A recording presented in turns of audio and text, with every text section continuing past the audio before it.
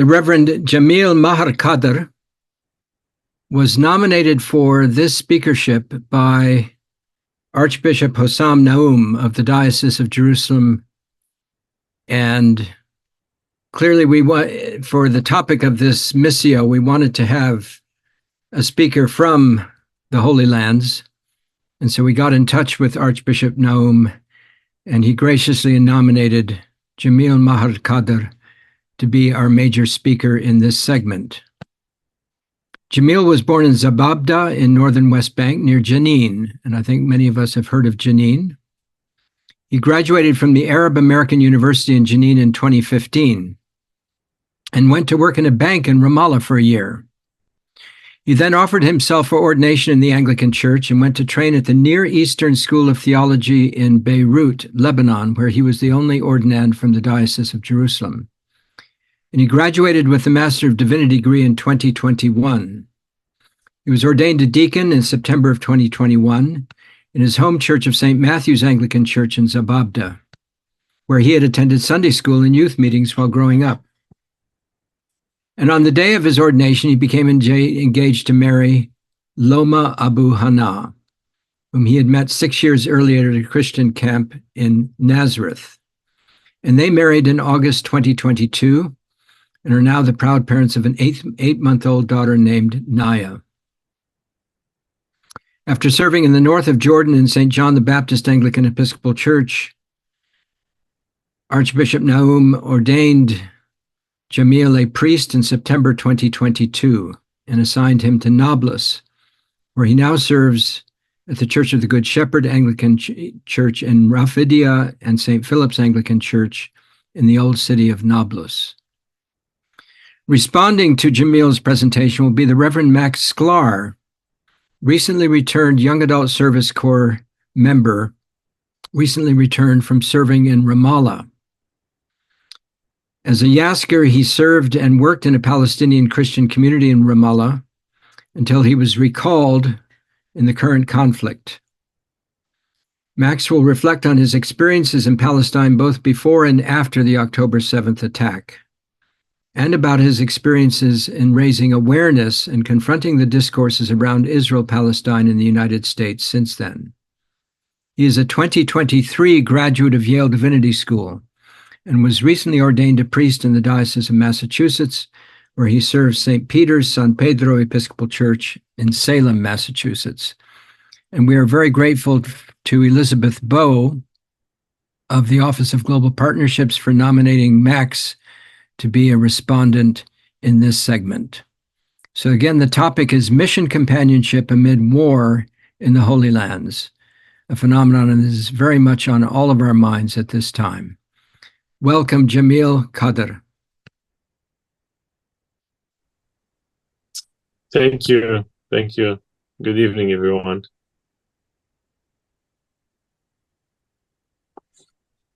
So thank you, Titus. Do I announce your name in the right way? That's just fine. Yeah. I think you know information about myself more than me in saying all of that.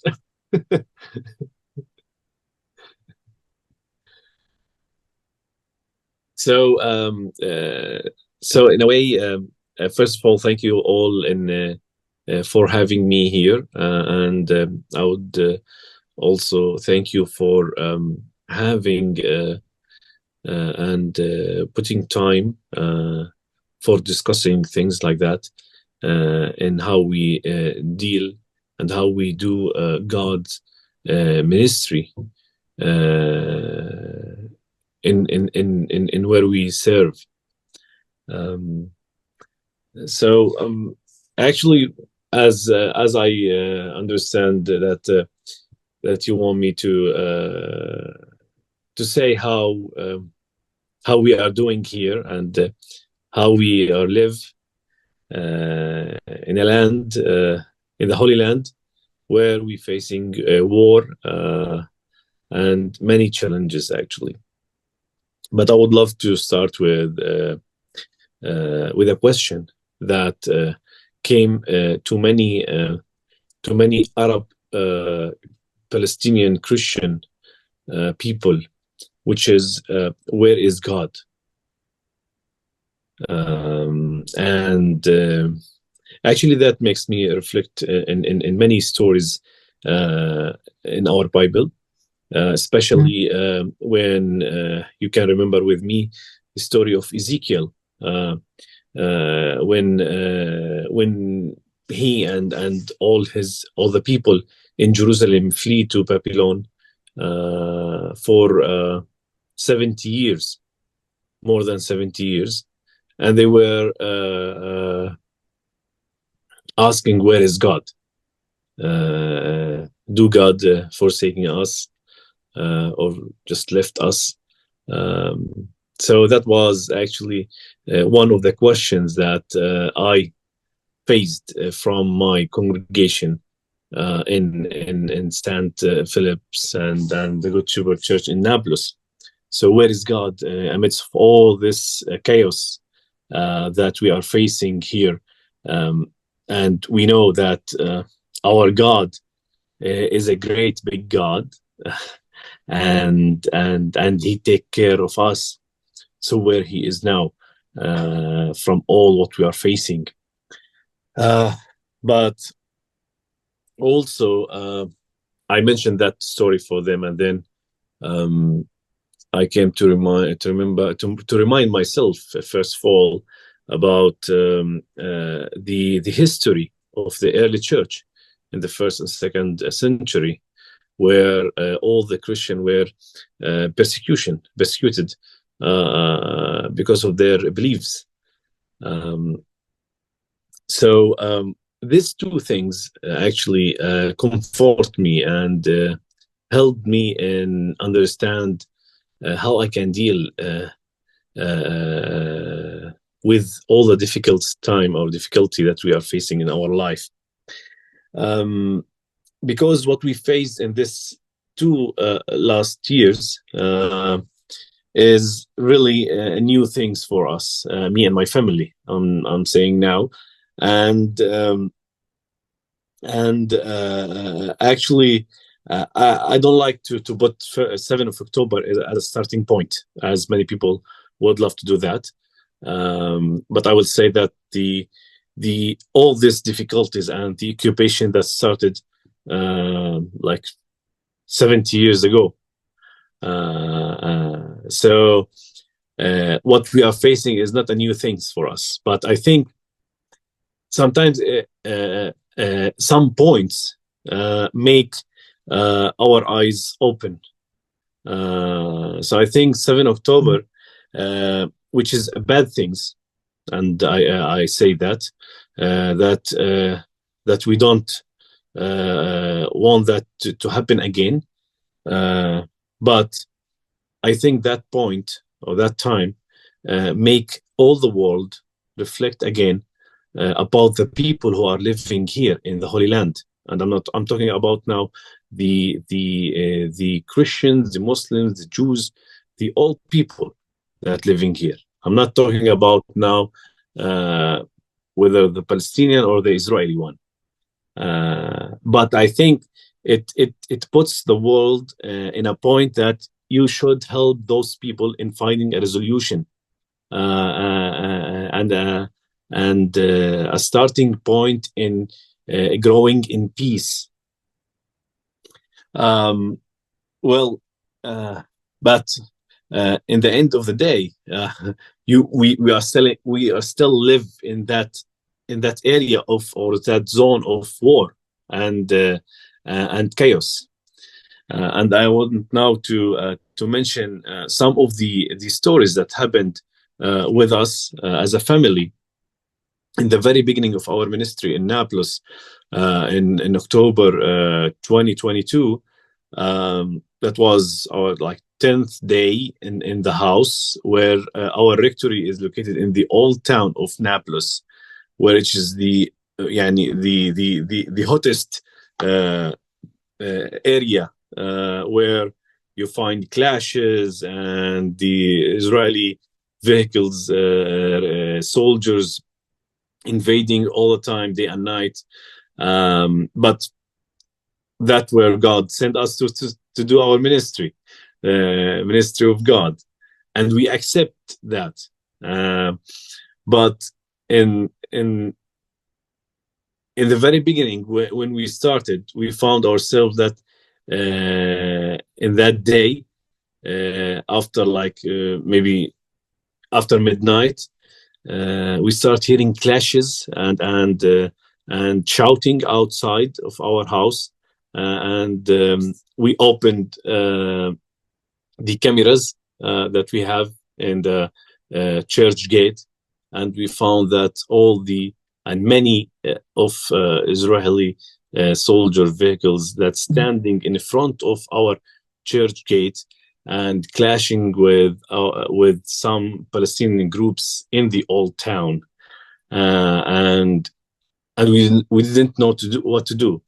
So we sat in the corner of the room because actually we are having an old rectory which has like and big windows, and we were afraid that the bullets will enter to our house, because we were really literally hearing the sound of the bullets from the windows.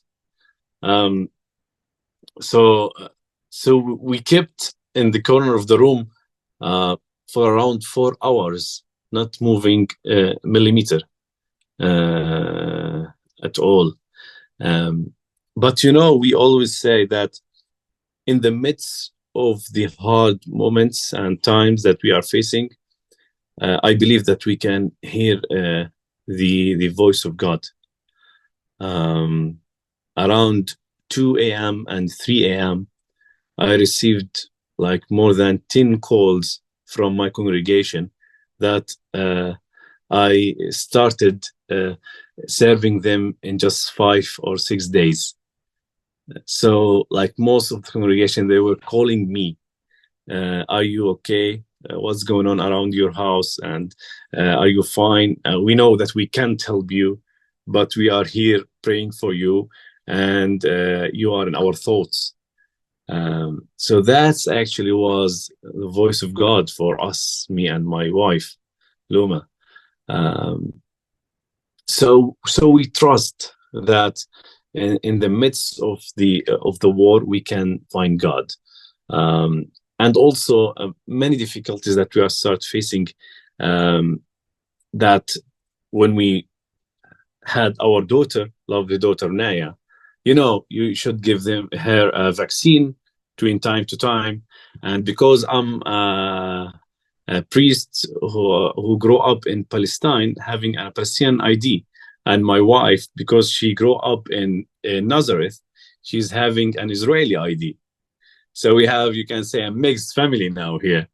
And every time we need to have any medical issues for our daughter or for my wife, we need to cross borders to go to have that, and then come back to Nablus. And we used to do that in hour and half, but after all that terrible things happened, we found ourselves driving for 7 hours sometimes to give vaccine to my daughter, and that's not easy totally. And me as an Anglican priest, I'm having a special permit as clergy to cross borders, at checkpoints, but I found myself that they are not allowing me to cross any border because I'm a Palestinian. So I'm not allowed to move freely in my land. Even to that point, and as you know, that in the midst of the war, you can start feeling that the lack of resources sometime, electricity, water, food, and all of that, and you can see that in what we are facing in Gaza, for example.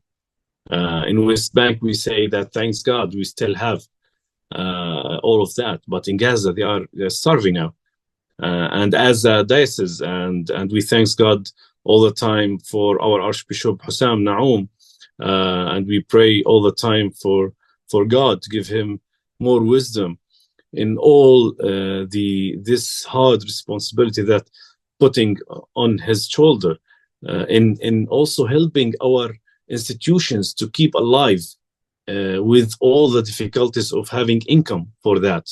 Institutions as the St. Luke's Hospital that we are having in Nablus, and also the Ahli Hospital in Gaza. You know, these two hospitals that run by our diocese, and we are literally, because I am involved in the hospital in Nablus, we are literally not having any income to cover the salary of the employees. So, but our Archbishop, he didn't say that we will stop that. He kept doing an appeals and do fundraising and help from the diocese to keep that hospitals alive here in Nablus and also in Gaza, because we believe that this is what God sent us to do in the midst of the war. And this is what Ezekiel where find God in Babylon. He didn't because God tell him that I'm not just in Jerusalem, I'm everywhere, and you can find me and you can hear my voice if you trust me. And we trust God in everywhere, in every situation, in all what we are facing. That's why we kept in doing our ministry in Nablus and everywhere. And I'm always saying that, for example, having my family with me in this hottest point in West Bank, Nablus, old town of Nablus, especially my wife, because she grew up in Nazareth. And you know, the Arab Christian or Muslims who grow up in Israel, they don't know what kind of intifada and you know clashing like the people who are grow up in West Bank. So all my colleagues who are serving in Israel, they keep asking about my wife, how she's dealing with all of that, and I was like answering them all the time that it's just God doing through her that keeping her here with me in Nablus and helping me in the ministry for the congregation, for the children, for the young people. So, but as I said, that all of that stories, maybe I just mentioned like 1% of what we are facing, but I want you to do a zoom out, not going out of the Zoom, to see the full picture, the full mosaic. And I can see that in that mosaic, the center of it is not the war. The center of it is Jesus. And Jesus is controlling all of that. And we trust that one day we can see that the kingdom of God is growing from the center to all over the world. That's why we are praying for peace, for justice, for human rights, for ceasefire, and for stop killing civilians. That's our hope and our, yeah. Thank you, Reverend Jameel. Thank you, everyone. It's a blessing to be here with you all today. In my response, in many ways, I can echo what Reverend Jameel said. I think that in my time in Ramallah, the question that was on everyone's heart was the silence of God. Where is God? Not, does God exist? That's an academic question. The lived question is, where is God in this? And there's no easy answer to the question. But I will just say that in the time I spent in Palestine and in my continued interactions long distance, which are almost daily with folks in Ramallah, I have seen the most faithful and dignified response to the pain of that question, in the way that my Palestinian Christian colleagues and other Palestinians who are my colleagues there have stood in this crisis, as Reverend Jameel says, which did not begin on October 7th, but has been intensified since, or at least has become almost impossible to unsee in the eyes of the world.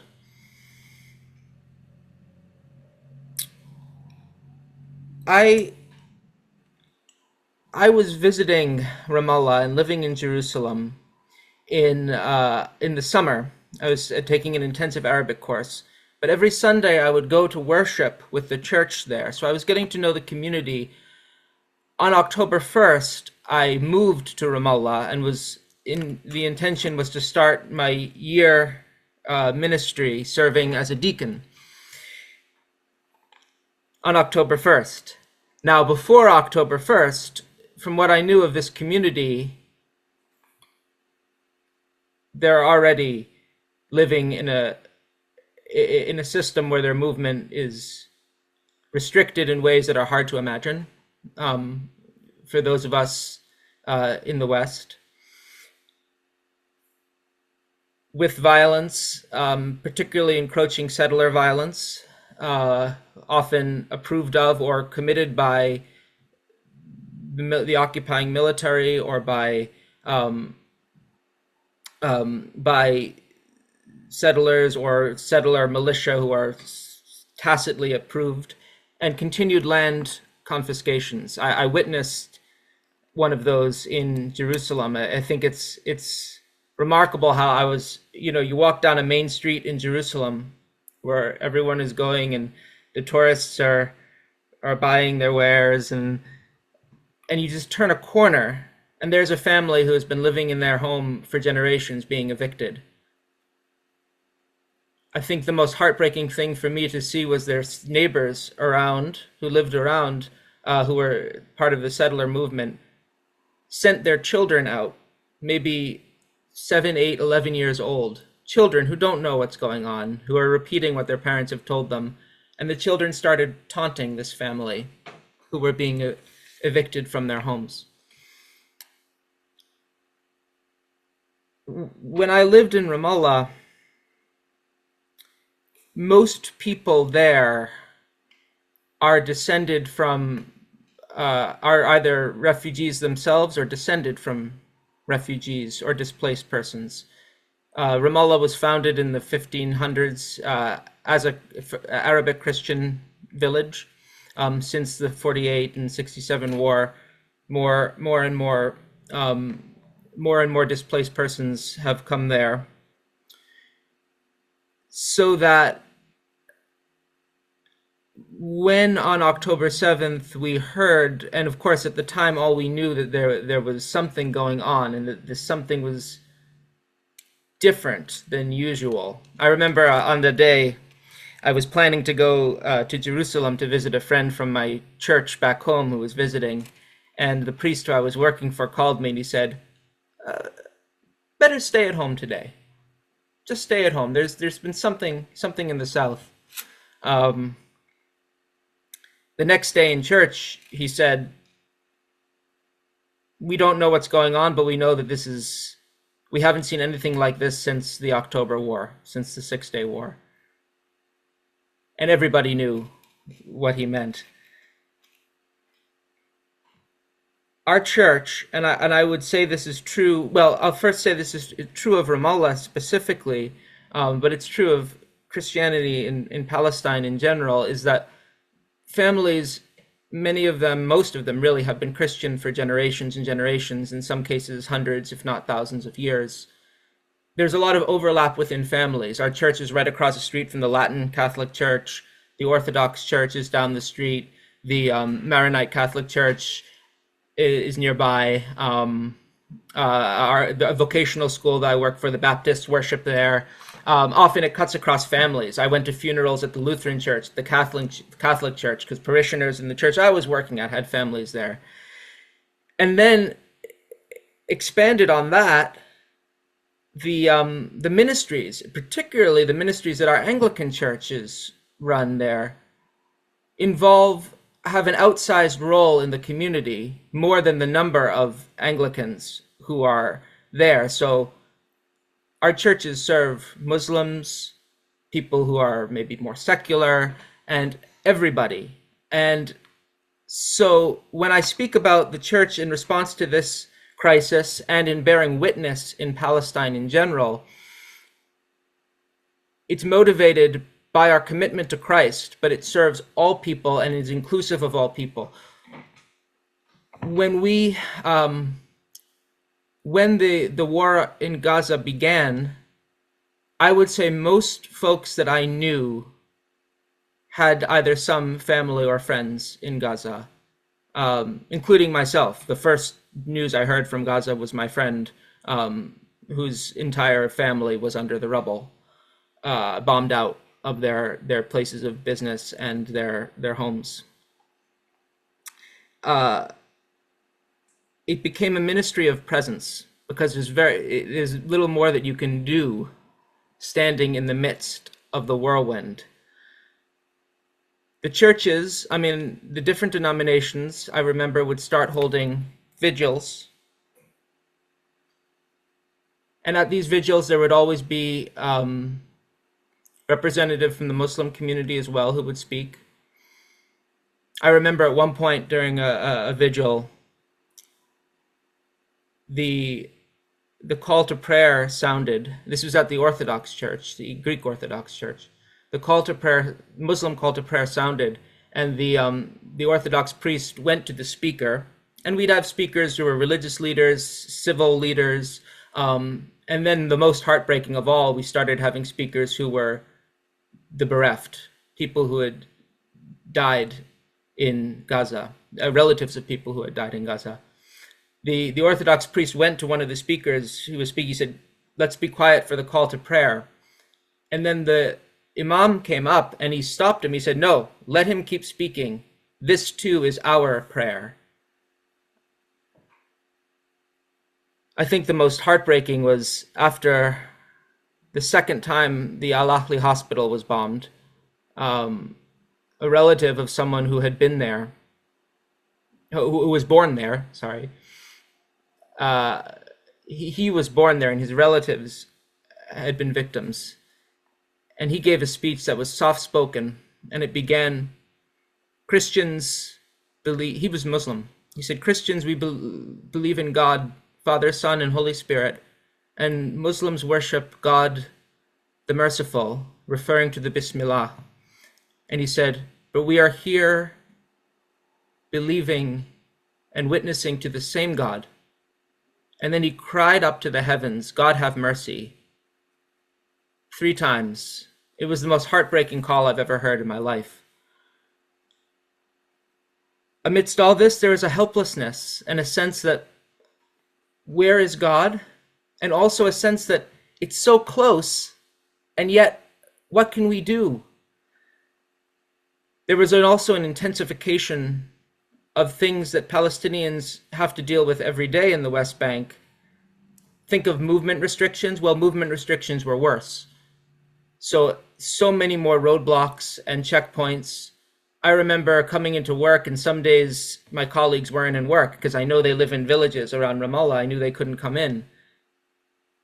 Violence in the surrounding towns and refugee camps was always there, but I think there came a point where every single day we were hearing about someone murdered.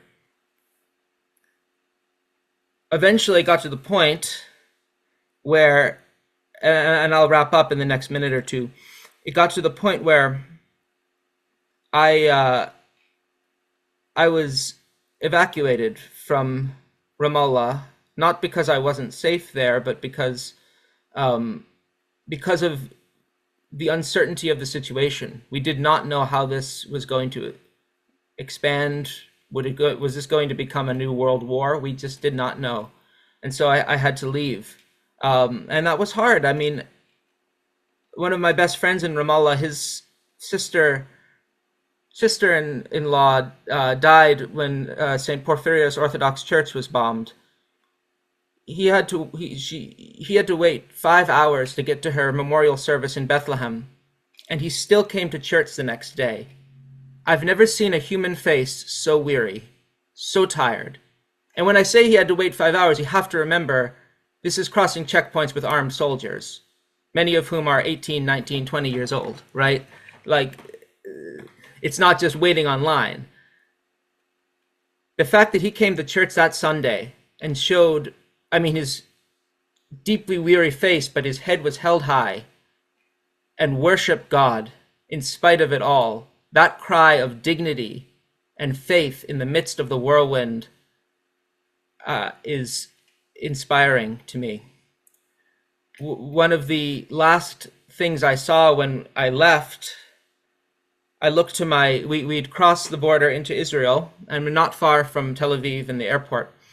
I looked to my left, and there was a convoy of troops going up to the front in Gaza. And then I looked to my right, and there was a vast field of munitions, bombs, to be sent to Gaza. All American, all United States weapons, paid for by my tax dollars.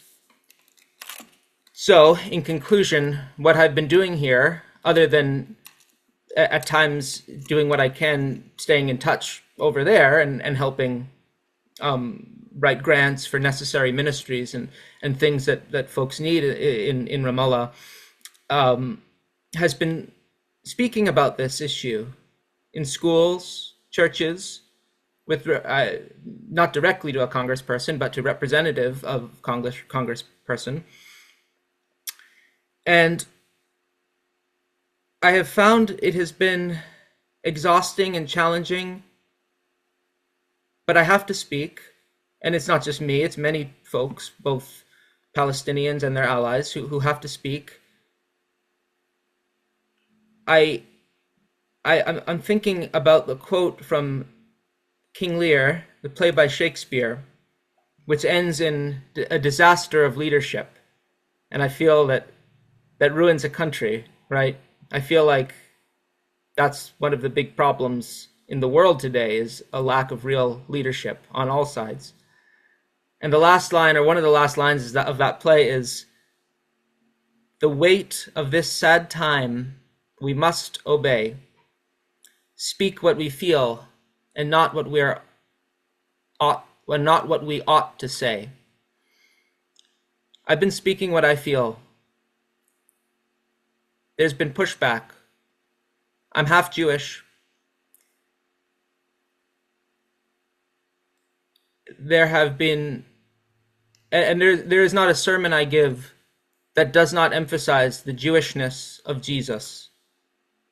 And at the same time, I have to be very clear that the state of Israel is not the same as biblical Israel. And these distinctions are so important that we need, as Christians, we need to make these distinctions and be responsible about them. And it has been very hard. And yet, I can't say what I ought to say. I have to say what I feel. Because that is the prophetic call. And in times of crisis, they call all of us to look and speak prophetically. I'll leave it at that, but thank you for listening, and thank you, Reverend Jameel, again for your witness for me to respond to.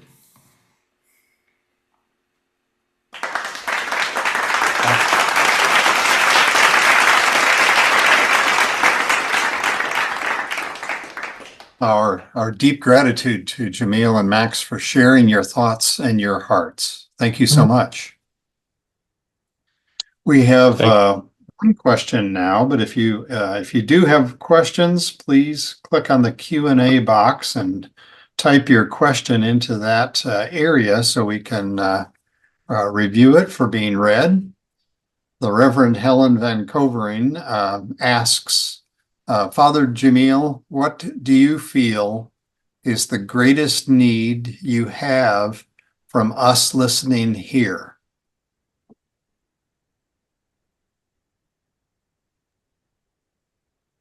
Thank you again for giving us this opportunity to talk and to express our feeling and what we are facing in this part of the world, which is the land of the Holy One.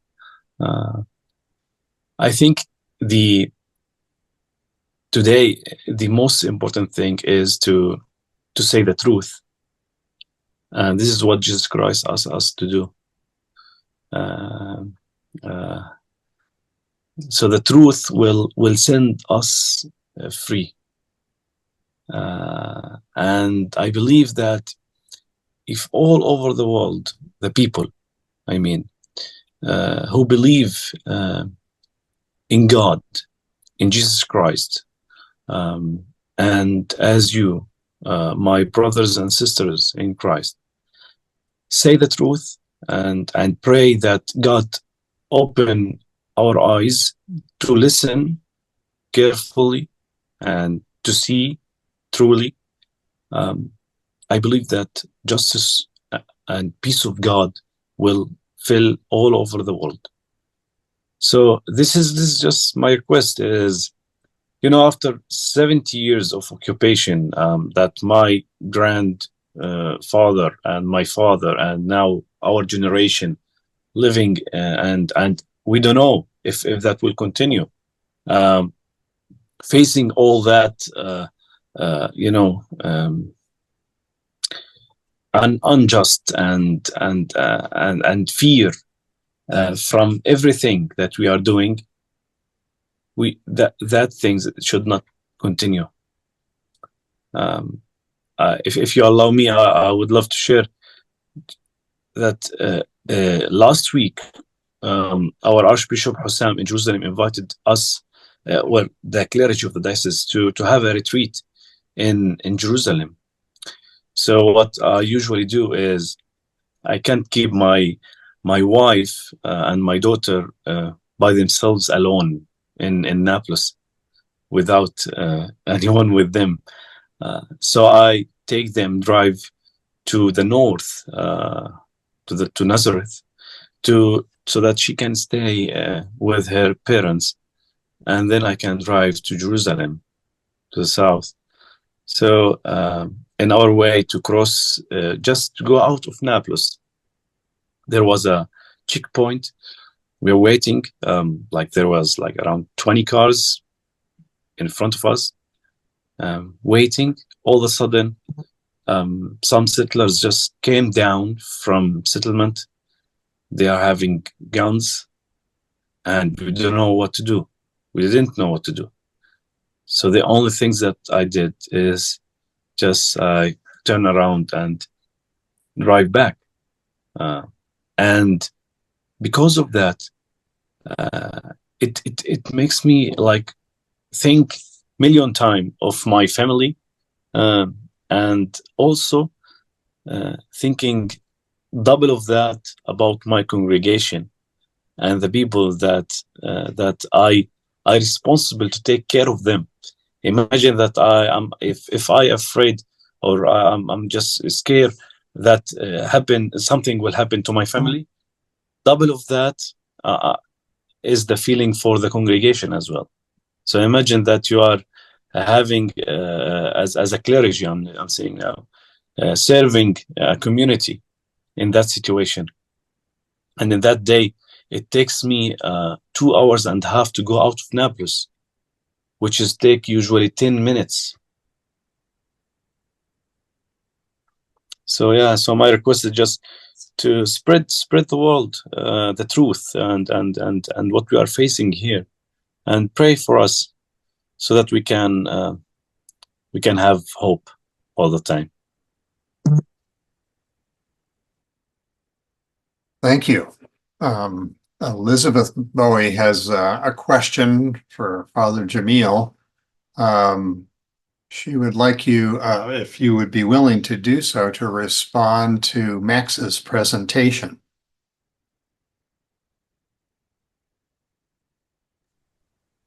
Yeah, for sure. Well, I would love also to thanks Max for his speech about what he experienced in Ramallah and Jerusalem, and I always telling the group of people, the groups who come to visit Nablus, that you will never understand how we live and where we live until you come to our land. And actually, in I think month and a half ago, something like that, a group from United States, they came, some of them from Presbyterian Church actually, they came and visited us in Nablus. And they were around 41, 35 people, something like that, having big bus, 50 passenger, and in their way back to Jerusalem, actually, there was a checkpoint actually where in one of the roads that lead to Nablus, and they stood there for 4 hours waiting the soldier to allow them cross the checkpoint. So what my brother Max faced in his time in Ramallah and Jerusalem, I think he now truly and spread the news and the truth from the bottom of his heart, because we don't need people to spread the word because they want just to say it from their lips. And I felt that when my brother Max is telling what he faced and talking about the situation in West Bank, I felt that he's talking from his heart, and I believe that this kind of speech, this kind of telling the truth, will change the people around you in your place, in your congregations, in your mujtama, in your people. Yeah.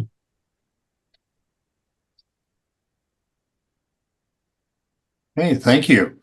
And Elizabeth asks further,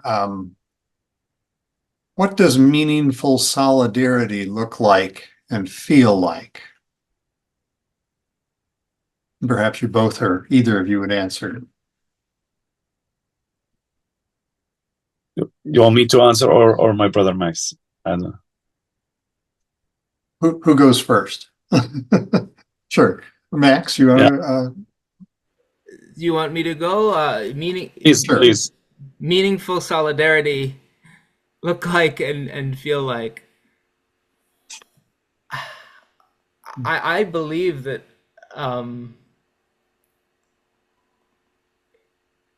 God, the center of our faith is solidarity, because God showed ultimate solidarity with humanity by becoming flesh and by becoming poor and by becoming a child, and then by going head held high to Jerusalem, knowing that he was going to a cross, and yet knowing that the powers of that cross in the end weren't going to win and won't win. So meaningful solidarity to me is following in the footsteps of Jesus. It means asking of those who we are in solidarity with the question Jesus asked when he was healing people. He said, "What do you want me to do for you?" And then listening to what that is, whether you actually use those words or not. But real solidarity, it's been said before in this conference, starts by deep listening to our neighbor and listening to God and seeing God in our neighbor, because God chose to become flesh and to die for us and to rise for us. I think that translates in practice in a number of ways. So I guess I speaking specifically to my experience since I've come back. It does mean centering.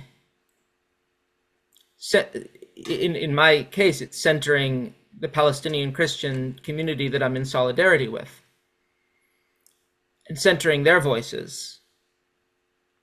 I mean, I'm happy, and I think it's important to talk about my experience and my reflections as well. And I don't want to hide that, but I think especially if I'm giving talks and things like this, or if I'm working in a sermon, I'm centering the experience of what I have seen and heard, of the people that I've seen and heard that I'm in solidarity with, of their witness, of their literally their martyrdom. Martyr means witness. And ultimately, that is a witness that's not political. Politics play into it, but that is a witness. It's ultimately a witness to the triumph of Christ over the powers and principalities of this world. And that's hard. And it's been particularly infuriating and difficult coming back to the United States and the discourse surrounding what I know I have seen and what I have heard, and frankly, the racism and the dehumanization and the disbelief and the disrespect towards people who I know are bearing witness to Christ in ways that are much more faithful. And I don't just mean Palestinian Christians. I mean Christians around the world in the midst of crisis, who are bearing witness to Christ in ways that are much more faithful than those necessarily. And I don't mean to make a blanket statement, than many Christians who live in comfort in the West. So solidarity is messy because it's incarnational. I think that's the way I'll put it. But Christ did it for us, so we don't need to be afraid. Jameel, would you like to respond? Yeah, if I can add it on the. Thank you, Max. I think in the word solidarity for Christian. Now I'm talking about Christian in the world. The Christian who are helping in taking decisions, in helping this war to continue, actually, especially the Christian in USA and Europe and any Christian around the world that help this war to continue in different ways. If I can send to them this voice, I just want them to think about the Arab Palestinian Christian who are living in Palestine. Do you think about your brothers and sisters in Christ, the one that you say that I am Christian, by helping in killing them? How you can do that? How can I say that I'm a Christian and now I'm giving my taxes in helping killing my brother? Is this the solidarity that you are talking about? This is from in one hand. And second point that I want to say, that solidarity for me is taking the risk, not just in a physical way, to put yourself in a war zone or something like that. But take a risk in doing things out of the box. We should stop just following the leaders or following the sheeps. That there is an old map in Jordan that shows the Jordan River between the Dead Sea and the Sea of Galilee, and there was a fish that walking or like swimming in the different direction where the water is going to the other direction, because she knew that if she keeps in the same way of the water, she will end up in the Dead Sea and she will die. If we don't stop this flow of unjust, unfair decision, we will all die in the end of the road. So we should take the risk and go out of the box and stand frame and stand in for the truth, stand for justice, stand for freedom.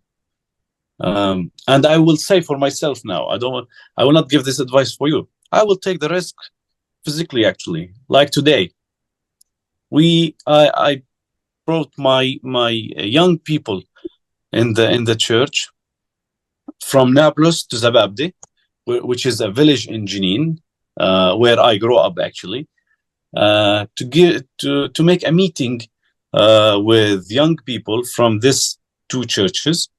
And in our way, actually, we found many blocks, roads, and early clashes, like 2 or 3 hours before coming to that place. We were seeing fire and many blocks in the roads, and I was thinking that we are taking the risk, but this risk is to make God kingdom grow and more, and I believe that this risk is blessed by God. Thank you. Let's see. Well, our time is come to a close, even though we have some great questions that are still out there. I apologize that we're not able to meet all those questions and give you time to answer them, but let's see. Our plenary number 6 has come to a close then on mission companionship amid war in the Holy Lands. Our thanks, deep gratitude to the Reverend Jameel Maher Khader, rector of St. Philip's and Good Shepherd Anglican Episcopal Church in Nablus, and St. Philip's Anglican Episcopal Church, Rafidia, in the West Bank, and to the respondent companion, the Reverend Max Sklar, the young adult service corps missionary recently returned from Ramallah. Thank you so much.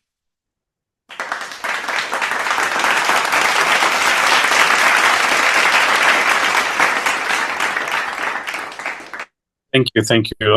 I just want to say that I'm always happy and ready to answer any questions. If they want to just send by email, I'm also available anytime. Thank you. Thank you, and same for me. If anyone needs to contact me with any questions. Thank you.